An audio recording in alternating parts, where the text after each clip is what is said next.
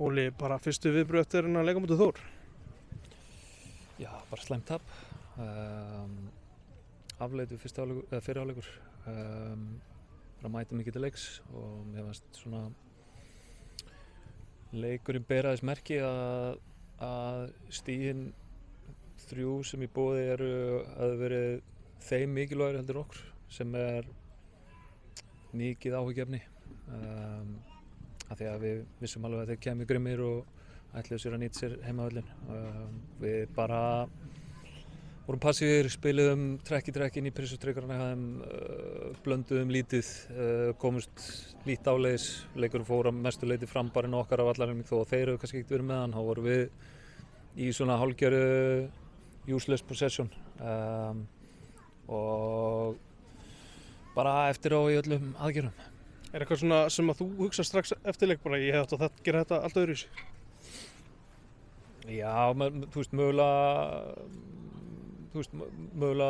veist, jú, það er alltaf eitthvað sem maður hugsa, en þú veist, mér fannst þetta að vera meira bara einhvers konar orkustig sem að var mjög lágt. Auðvitað reynum við að gíra menn upp og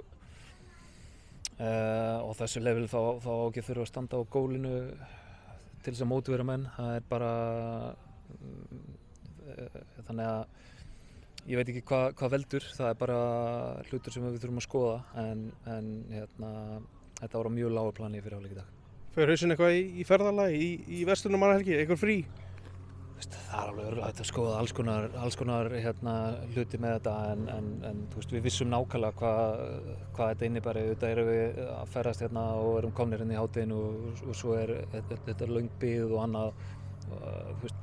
En menn vita það alveg fyrirfram og við höfum alveg vita hvernig þetta lítur út og þú veist, við erum bara búin að skoða, þú veist, þeir vinna Víking heima og óheppnir að klára ekki KR og þar er staðan 3-0 í hálfleik og mikil orka og þú veist, þetta er ekkert sem að kemur mönnum á óvart en einhvern veginn þá bara mætum við andlausir og örlítið meira líf í seinni hálfleik og þú veist, mögulega hefðum getað skorað jöfnumark en eins og segja, þetta er bara mikil vonbrigði. Talar þessi mikilvæg þessi stiga, Breiðablik er í 4. sætinu og maður horfir á að Breiðablik verður í 4. sætinu í allavega einhver tíma nema eitthvað mikið breytist, eitthvað rönn komið til þess að fara ofar og svona. Heldur að leikmenn spá í þessu?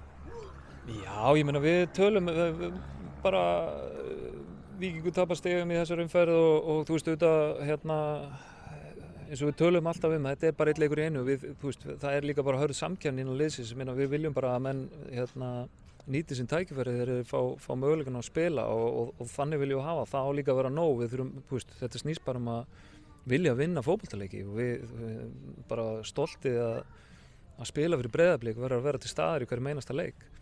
Og það var það ekki í dag og það er í rauninni grunnurinn sem að þarf að vera til staðar alltaf. Svo geta menn auðvitað átt upp og niður leiki, það kemur fyrir en við því miður þá var þetta sjálfskaparvíti í raun og veru að hvernig við mætum og í rauninu gefum þeim blóð á tennurnar, þeir eru finna að þeir geta varið fórustuna og úrverður að við töpum þessu leik. Hefur ykkur ágjör að þetta verði svona fram að bikarúrslitaleiknum? Nei, ég hef ekki ágjör að þetta verði svona. Þetta hefur ekki verið svona. Við höfum verið með ágætis stigasöfnu undanfarið og það er það sem við höfum verið að líta til að vilja vera á rönni. Þetta auðvitað setur stopp á það. Þannig að þú veist, við vitum auðvitað bara að við þurfum að gera miklu, miklu betur og þetta snýst okkur sjálfa. Við þurfum að mæta í hvern einasta leik með blóð á tönnunum og stolt félagsins fyrir brjósti að vilja leggja á sig þá vinnu sem krefst til þess að vinna fótboltaleiki. Viktor og Ívar þurfa að fara að velli vegna meiðsla, hvernig staðan á þeim? Ég veit ekki alveg eftir að skoða aðeins betur. Smá hnjask hjá Viktori og aðeins í hásinni hjá Ívari, en við erum bara að skoða það betur. Þannig að í byrjunarliðið, þú gerir 3 breytingar á milli leikja, Ásgeir og Jónatan byrja á bekknum, þeir voru helgina á Akureyri, eitthvað aðeins að hafa gaman, hafa það áhrif á liðsvalið? Nei, vildum bara aðeins hreyfa við þessu og erum eins og sagði áðan með stóran og góðan hóp og viljum reyna að við viljum bara þessi samkeppni og að menn þurfa að hafa fyrir því að komast í byrjunarlið og halda sig þar. Þannig að það er bara eðlilegt að séu einhverjar breytingar á milli leikja. Og engin ástæða fyrir að Jónatan kemur ekki inn og nema bara samkeppni?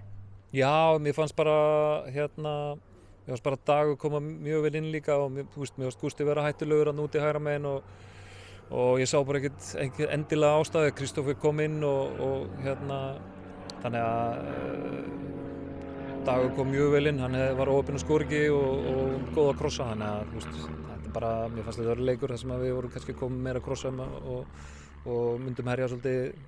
Ég hefði viljað fá fleiri krossa undir lokin, við vorum og tók okkur langan tíma að komast upp í krossstöðuna. Þannig að það er Dagur náttúrulega með frábæra hægri löpp og þannig það var bara ástæðan fyrir því. Þannig að eitthvað kvísl eitthvað mögulegt agabann, það er ekki til því? Nei. Takk fyrir Óli.